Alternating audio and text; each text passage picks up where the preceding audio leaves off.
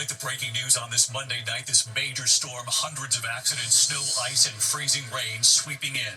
And now the potential for a nor'easter forming as it pushes into the northeast.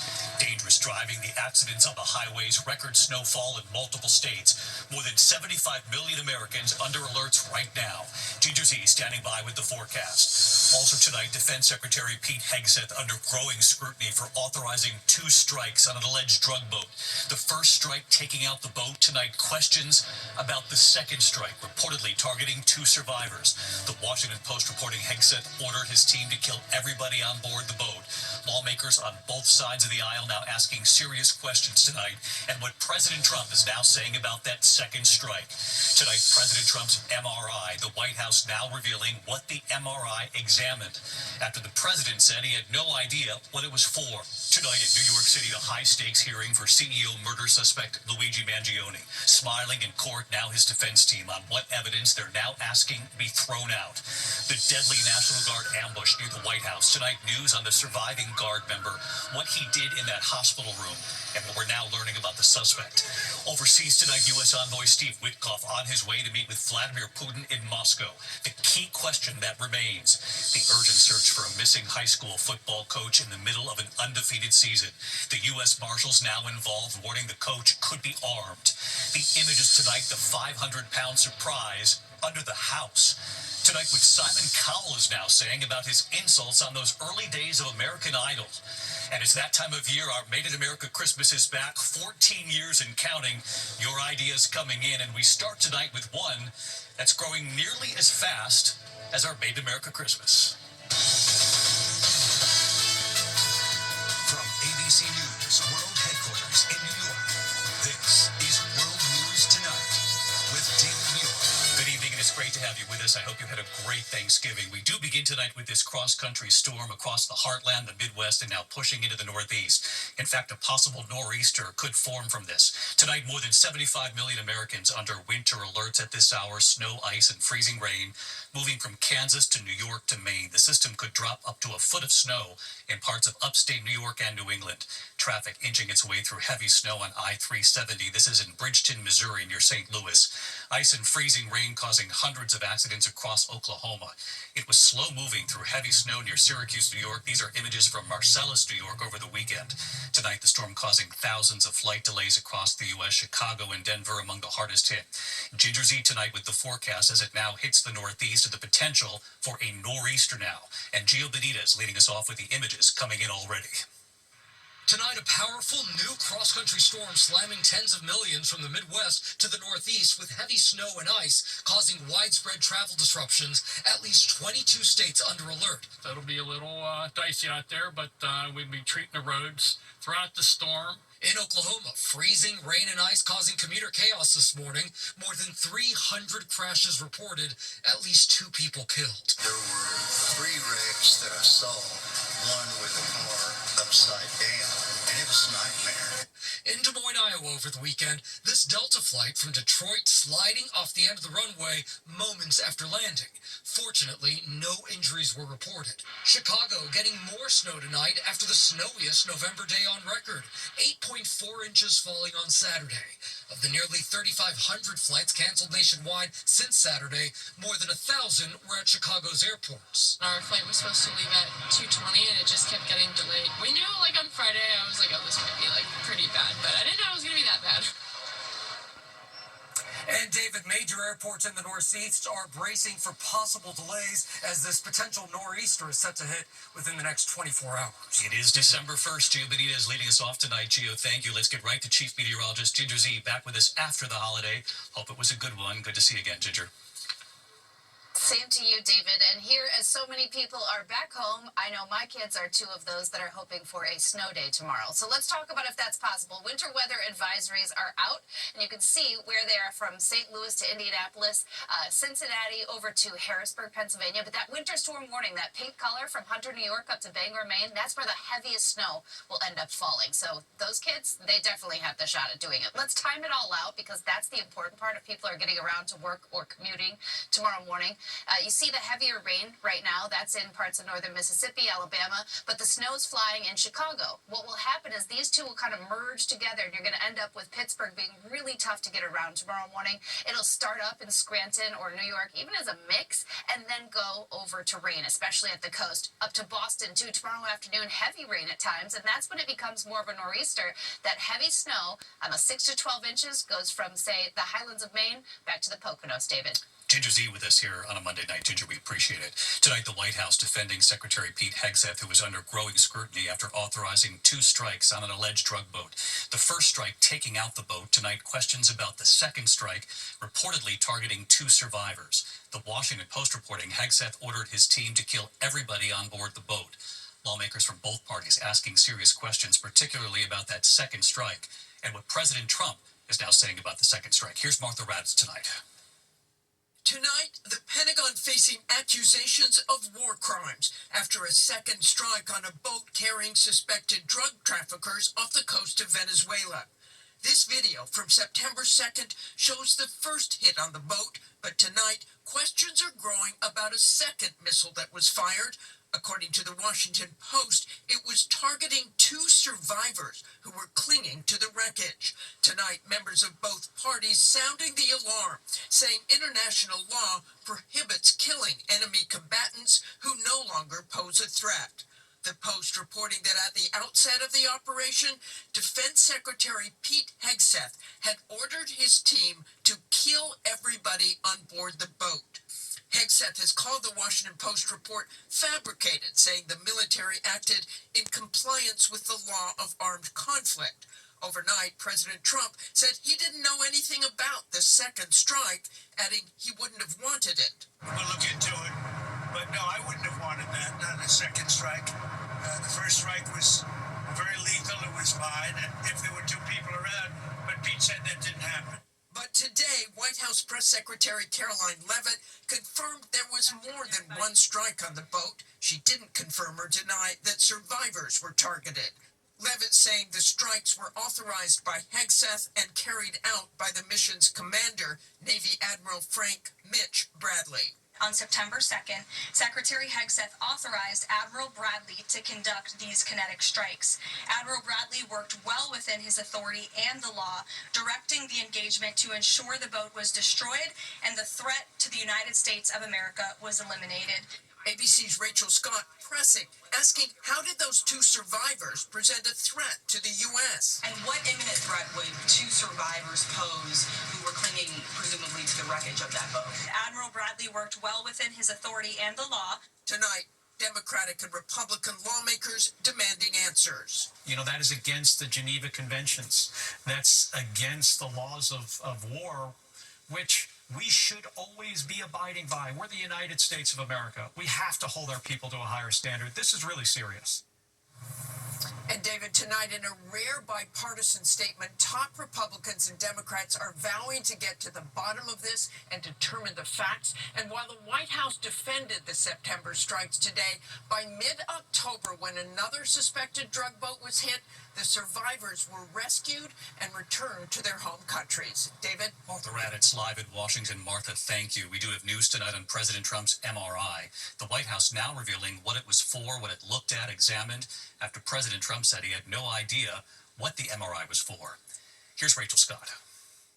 Tonight, the White House releasing the results of the MRI President Trump underwent in early October during a checkup at Walter Reed Hospital. The White House had not initially disclosed the tests. The president later acknowledged it happened. We had an MRI, and in the machine, the whole thing, and it was perfect. But the details were sketchy. I have no idea what they analyzed, but whatever they analyzed it well, and they said that I had as good a result as they've ever seen. Tonight, the White House physician says the MRI covered President Trump's heart and abdominal area and declared it perfectly normal, saying all major organs appear very healthy and are functioning within normal limits with no acute or chronic concerns. And David, the White House had faced questions about why President Trump received this MRI during an annual checkup. The White House insists this was a preventative measure and standard for what they described as an executive physical for the 79-year-old president, David. Rachel Scott live at the White House tonight. Rachel, thank you. In New York City tonight, the high-stakes hearing for CEO murder suspect Luigi Mangione. He was seen smiling in court today until video of the shooting was played before the judge. And tonight, his defense team and what evidence they're now asking be thrown out. Here's Aaron Katursky.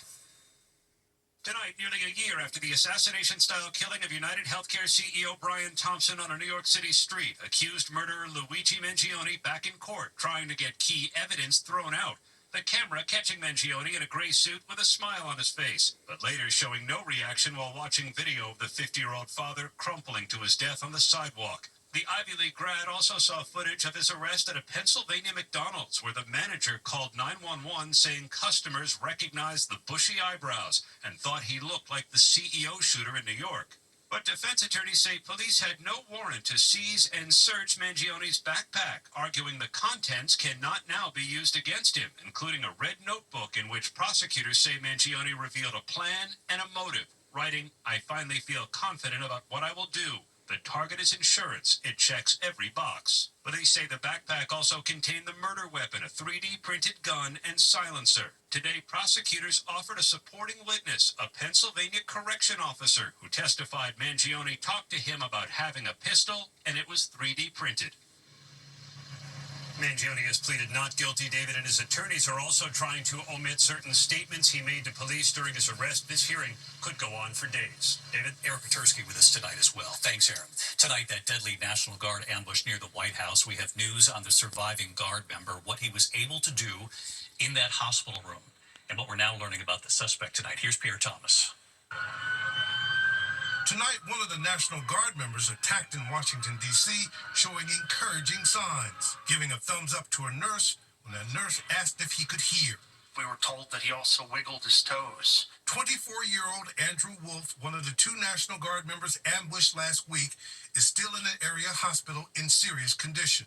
This is a solemn memorial grows at the scene of the shooting for Sarah Beckstrom, who died on Thanksgiving Day of her wounds. Tonight, the man suspected of ambushing them, 29-year-old Ramanullah Lakanawal of Afghanistan, remains hospitalized and under heavy guard as authorities race to determine a motive.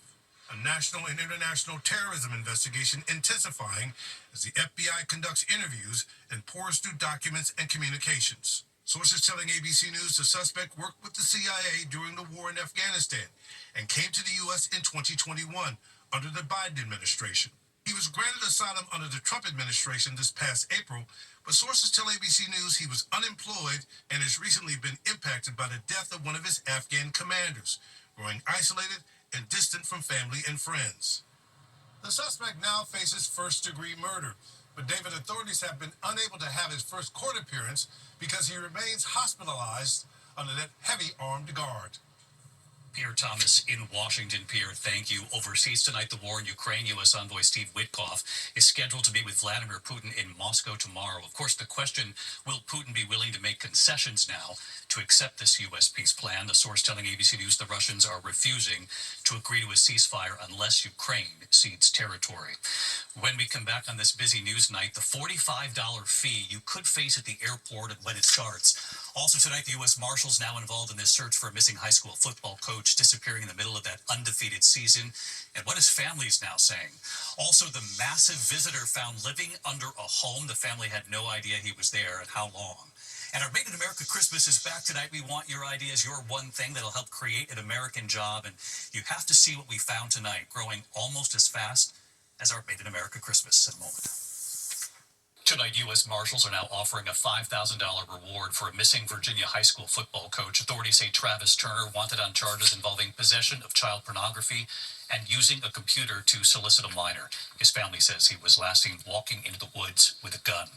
Tonight, the TSA is set to charge passengers who show up at the airport without a real ID, as they're now called, or a passport, $45 to fly. That fee kicks in on February 1st. Travelers can pay it online before arriving. It's good for 10 days.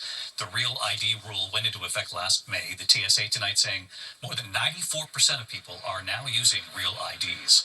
When we come back tonight, Simon Cowell's regrets. what he's now saying about his early days on American Idol and his famous insults. The index of other news tonight, a shocking discovery for a California man who noticed items were being moved around in his yard. So he set up a camera and found this, a 500-pound bear emerging from the crawl space under his Altadena home. It was a tight squeeze for sure. He believes the bear had been living there for a while. That homeowner has now called state wildlife authorities. Apparently, he says the bear still comes and goes. Tonight, Simon Cowell apologizing for some of his insults on those early days of American Idol. The famously opinionated judge telling the New York Times at times he went too far, saying, quote, he wasn't trying to be mean on purpose. But he says he was frustrated when some of those poor auditions prevented the show from finding good singers. Cowell, of course, was one of the original 3 judges on Idol from 2002 to 2010. Tonight, an historic opening for Zootopia 2, the highest international opening ever for an animated movie, and the 4th highest global debut of any kind. The Disney sequel earning a staggering $556 million in ticket sales globally since its opening Wednesday and over the Thanksgiving weekend. When we come back here tonight, it is that time of year. Back already, our Made in America Christmas, and what we need from you tonight, your one thing, your idea to help create an American job in a moment. Sing, dance, and let your spirit come alive with holiday performances by Gwen Stefani, Lady A, Aloe Black, and more. Nothing beats the magic of Disney for the holidays. The Wonderful World of Disney Holiday Spectacular, tonight on ABC. Finally tonight here, our great Made in America Christmas. We do it every year, encouraging folks to check the label, help create an American job. And tonight here, we start with the tree. Tonight, our great Made in America Christmas is back. Incredibly, our 14th year. Your one thing to put under the tree and to help create an American job. All right, let's try this out. We want your ideas. Hi, David. Hi, David. Hi, David. And we start tonight with the American farmer and their trees. Hey, David, here's a 30-foot tree I planted when I was in my teens. Across the country, the families who have planted their own tiny Christmas tree seedlings and have watched them grow. All of our trees were just like that. Now we're here. Anders next to hers. John Geyer in New Jersey, his redwood tree taller than him now. And just look at Kurt Flosky. In Redmond, Oregon, his giant sequoia towering over him. Hello, David. Caesar's giant sequoia on its way too. It's been a great experience watching him grow. Have a great holiday season, David. Hey, David. John Gregory Cunningham, proud of his tree. I wanted to show you the redwood that I bought from John Cena, I would say about 2 years ago. Look how beautiful she is. Happy holidays to all of you. Bye, David. Those seedlings came from McKinleyville, California, the John Steen Company. Will Roth here for 8 years growing the redwoods. Happy holidays, David, from all of us at John Steen Company. Owner Jonathan Clausine. And this year, they say you can now grow rare and endangered trees too. Things like Joshua trees. You can grow this endangered species yourself at your house. It's amazing how many places this will grow safely. And tonight, the tree farmers across the country. In Granville, Pennsylvania. Hi, David. Husband and wife Dave and Andrea Hogentogler, co-owners of Hoagie's Tree Farm. Please support local farmers by going out and cutting a live tree this year. And our trees are made in America. In Stowe, Massachusetts. Lots of people getting their gorgeous trees. The Mistletoe Christmas Tree Farm selling thousands of trees. The whole team helping to lift this tree out of the truck. Hey, David. Owner Mark Harnett. Wishing everyone a safe holiday season and a very, very Merry Christmas. In Fayetteville, North Carolina. Hey, David. Owner Brentley Jackson at Jackson's Family Farm. Best way to choose a tree is to, if the limb is pliable, it's a good tree, and especially if the needles don't come out. And always remember, made in America. Merry Christmas. In Powell, Tennessee. Hi, David. Anthony and Gina, co-owners of the Enchanted Christmas Tree Farm, showing us their favorite Murray cypress trees. It grows approximately 40 feet tall at its tallest point, but we harvest and let people come and choose and cut at around 12 to 14 feet. And in Orrington, Maine, they're taking us inside Kings Mountain Tree Farm. Owner Nino Cipollone. When you buy local, you help support over 50 Maine vendors. Nino with his trees and his pitch tonight. Hi, David. Look, beautiful balsam fir, 10-footer for $105. You can't get that in New York City. It's pretty impressive, Nino. Well, back in California tonight, New hire Lars Hansen and the team packing up those tiny trees to get them to you in time for Christmas. There is a lot of planting ahead in the new year with 3 words in mind. We love Made in America. We're going to need a taller ceiling around here. Find me on Instagram. Send me your ideas. We read them. I'll see you tomorrow night. Good night.